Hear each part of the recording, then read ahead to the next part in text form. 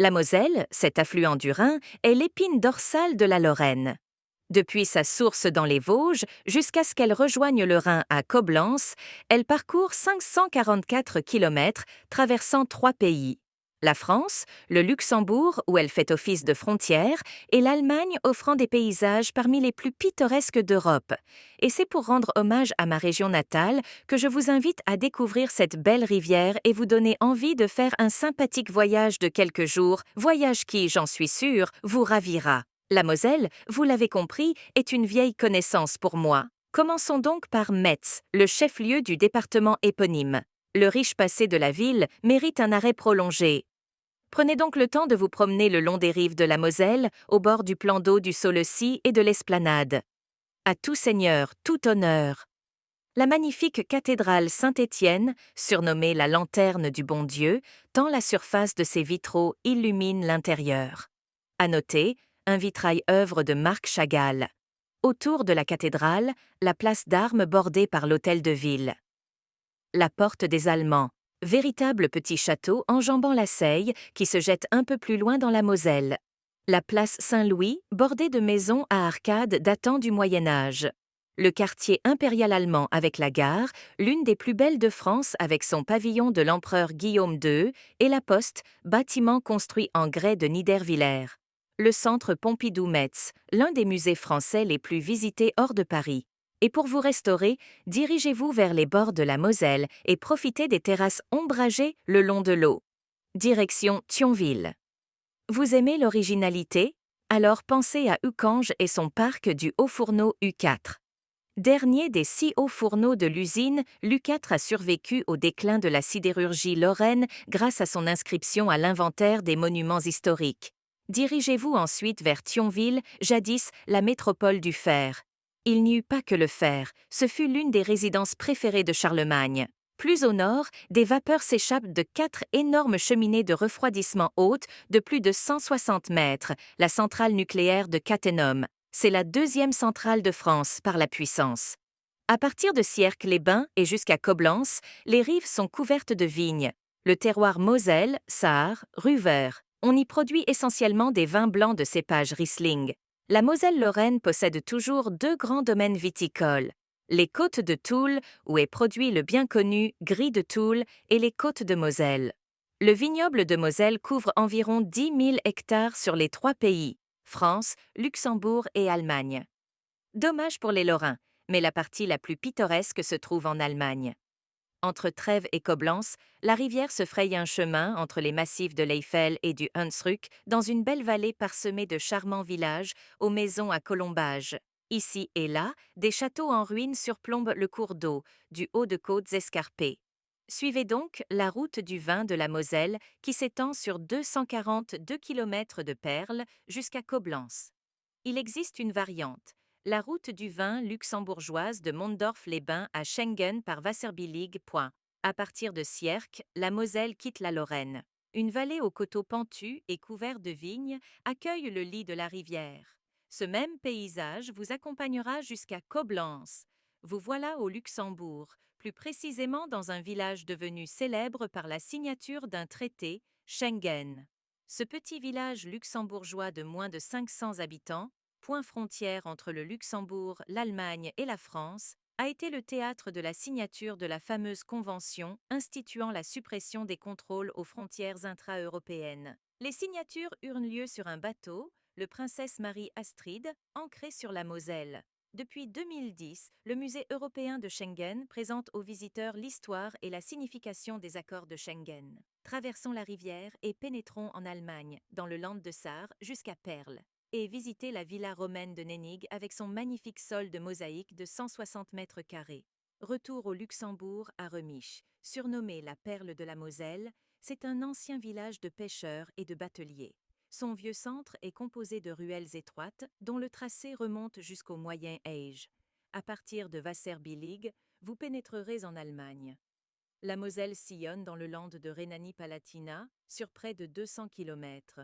C'est dire si la rivière serpente dans un paysage pittoresque qui rappelle celui du Rhin romantique. Traversons Conze où la Sarre rejoint la Moselle. Et enfin, nous atteindrons Trèves. La ville, jumelée avec Metz, attire le visiteur avec ses rues et places animées et où le souvenir de son passé romain vous surprendra. Trèves et Elle. En effet, Trèves est l'une des plus vieilles villes d'Allemagne. Des vestiges imposants datant de l'époque romaine susciteront votre curiosité et votre intérêt. Le Römerbrück ou pont romain sur la Moselle, la Porta Nigra devenue le symbole de la ville, la basilique de Constantin. La liste des monuments à visiter à Trèves est longue. Citons pêle-mêle Sankt Petersdom, la cathédrale, la Liebfrauenkirche, la place du marché, le Kurfürstliche Palast, résidence des princes-évêques de Trèves, le Schloss Monès et le musée Rhénan, qui compte parmi les plus beaux musées archéologiques d'Allemagne. N'oubliez pas de monter à la colonne Mariale, Mariensäule, pour bénéficier d'une magnifique vue panoramique sur Trèves.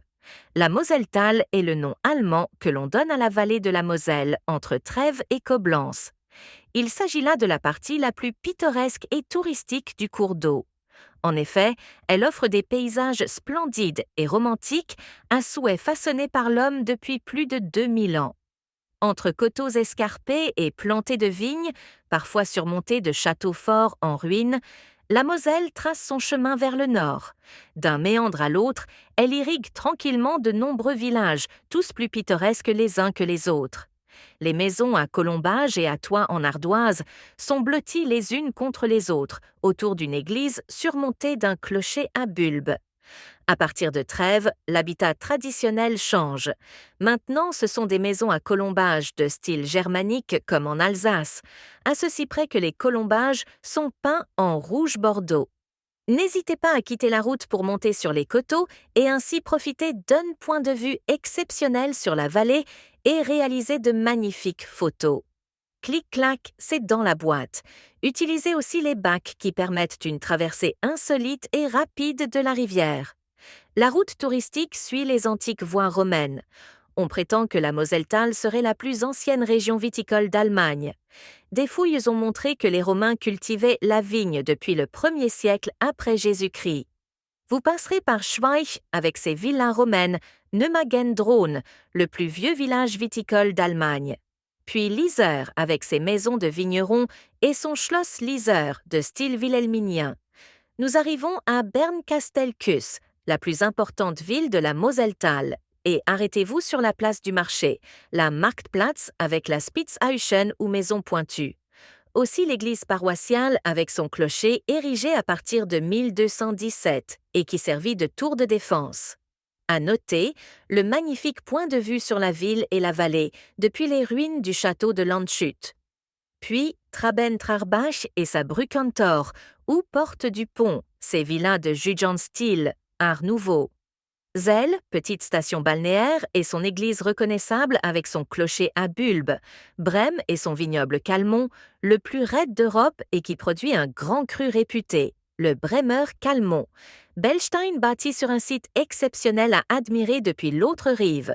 Vous voici enfin à Cochem, l'un des sites les plus romantiques d'Allemagne, et qui mérite à elle seule une visite d'au moins une journée, son riche passé historique. Citons ici pêle-mêle les maisons à colombages, le Rathaus, hôtel de ville, le château Reichsburg, l'église Pfarrkirche et son magnifique clocher à bulbe.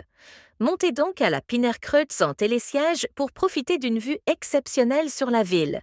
Kloten dominé par son château de Korredelstein. Non loin de là, ne ratez pas le bourg Elz, presque aussi célèbre que celui de Louis II de Bavière à Neuschwanstein. Alken, protégé par son puissant château fort, le bourg Turan. Puis Kobern-Gondorf et ses maisons médiévales et 4 châteaux. Mazette. Vous franchirez la Moselle par la Moseltalbrücke, impressionnant avec ses 136 mètres de haut. Puis arriverez à Winningen, la dernière cité de caractère avant votre arrivée à Coblence. Profitez donc d'une pause en dégustant un verre de Riesling de Winningen, avec modération bien sûr. Selon certains experts, c'est l'un des meilleurs vins du monde. À noter au centre du village, la Weihnachtsbrunnen, autrement dit la fontaine de la sorcière du vin. Et nous voici au terme de notre périple, Koblenz en allemand. Le Deutsches Eck marque la confluence de la Moselle et du Rhin. Le nom de Koblenz vient du mot confluence. Le coin est surmonté d'une statue du Kaiser Guillaume Ier.